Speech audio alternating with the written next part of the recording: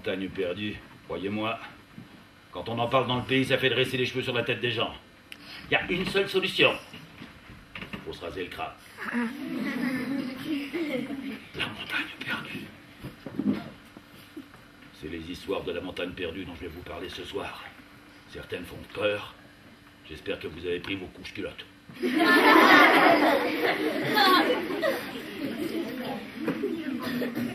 Tout à coup, à son oreille, il entend murmurer.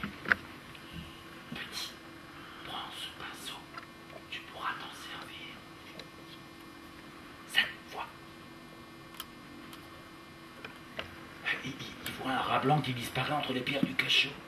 Il regarde dans le carré de lumière, à ses pieds, il est là le pinceau. Un gros pinceau en bois, tel un pinceau chinois. Il le prend et l'enfant qui a froid se met à dessiner un tas de bois. Et l'enfant peint des flammes. Voilà, les flammes commencent à bouger. Elles se mettent à danser. Elles prennent couleur. Elles prennent tellement vie que l'enfant, il a chaud au coin du feu qu'il a peint. Il s'endort.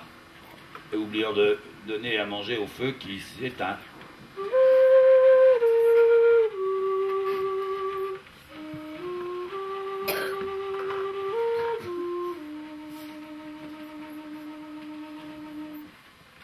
Quand il arrive au pied du château, il peint le bleu du ciel, il dessine un grand soleil et ça y est, il a repeint toutes les couleurs de la vie. Avec les enfants, je souligne un peu le trait. Bon, un peu de cabotinage, ça n'a jamais fait de mal à personne, mais ça permet surtout de détourner des situations impressionnantes en dérision, en éclat de rire. Il y avait un homme qui l'attendait. Un homme bizarre. Un homme sans regard, ses yeux les cachaient sous son chapeau. Et l'homme lui a dit... Alors, berger, tu cherches ton troupeau?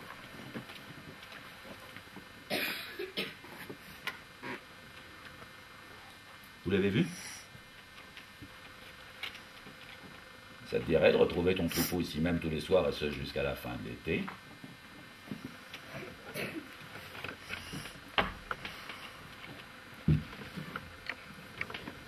Mais bien sûr.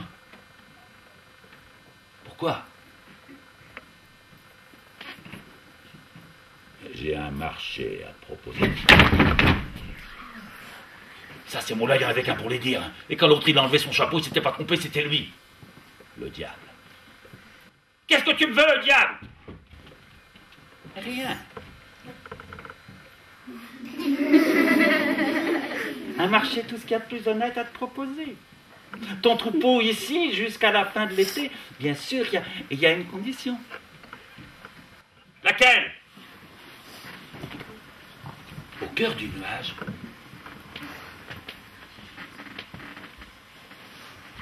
Chauva, minuscule gouttelette d'eau, s'éveille à la vie.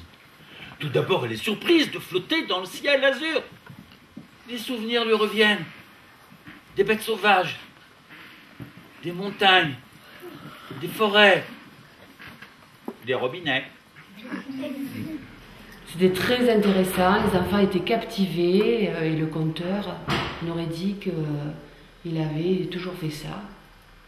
C'est un vrai poète. Cet artiste-là a créé ses histoires et il s'est imprégné de tous ces personnages et il les fait ressortir avec brio.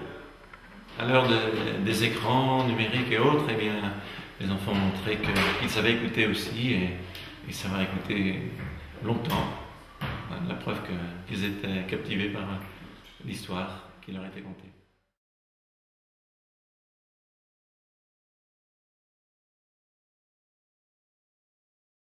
Elle sort du nuage, la première. C'est un miracle.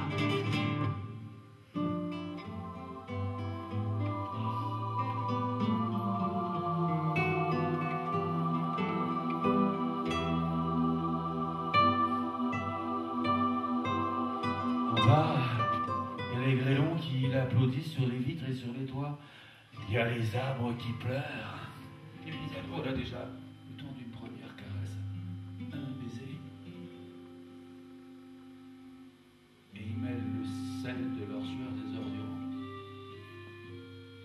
déjà le temps des provinces. Pirène, attends-moi. Je reviendrai bientôt te chercher. Hercule part à ses travaux. Pirène reste seule dans cette clairière où ils se sont aimés, mais elle n'ose pas rentrer chez elle. Elle a peur de la colère de son père. Et justement, son père, du fin fond de la caverne dont il a fait son palais, voilà qu'il entend au loin le hurlement du grand loup gris, au ventre vide, au ventre si vide que quand il ouvre la gueule, il suffirait d'y enfoncer le bras jusqu'au bout de la queue et de tirer pour le retourner. Et face à l'animal, Pirène, elle est paralysée. Et quand enfin son cri la délivre, il est trop tard. Le vent qui avait porté Hercule jusqu'à Pirène est porteur de mauvaises nouvelles.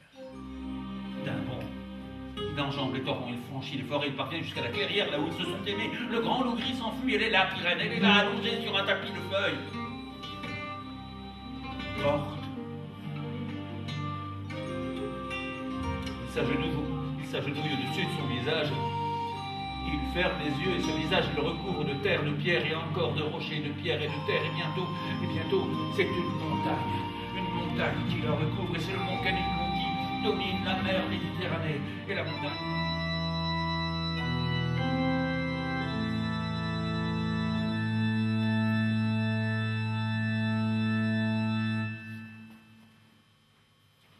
Dieu, assis sur une pierre, contemple son œuvre.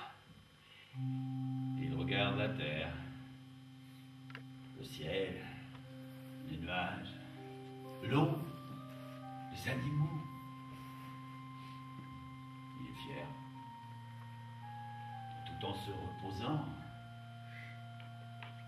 machinalement, il prend un peu de farine, un peu d'eau, et voilà qu'il se met à modeler quelque chose au creux des semailles. Ce quelque chose, au bout d'un moment, il le regarde et il s'aperçoit qu'au creux de sa main repose une statuette. Un bras, enfin deux jambes, un torse, une tête. Ça lui rappelle quelqu'un. Il crée le miroir. Et il se regarde. Il regarde la statuette. Il s'aperçoit qu'il vient de créer l'homme à son image. Il essaye de le faire tenir debout au creux de sa main, mais la statuette s'affaisse lamentablement. Mais c'est Dieu. Il crée un four. Il introduit sa statuette à l'intérieur du four et il reprend son miroir et il se regarde. Crâne dégarni, un certain âge, les yeux clairs, tablette de chocolat façon Bouddha. Il se plaît. Il en oublie sa statuette. Il court jusqu'à son four, il ouvre la porte. Le premier homme né sur cette terre était bien noir.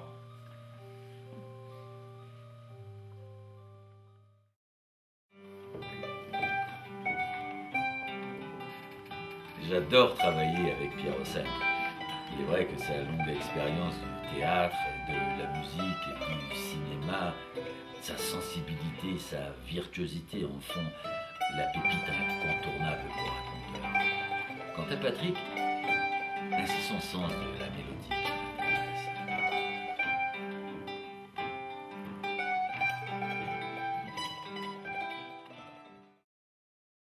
3, 4, 11.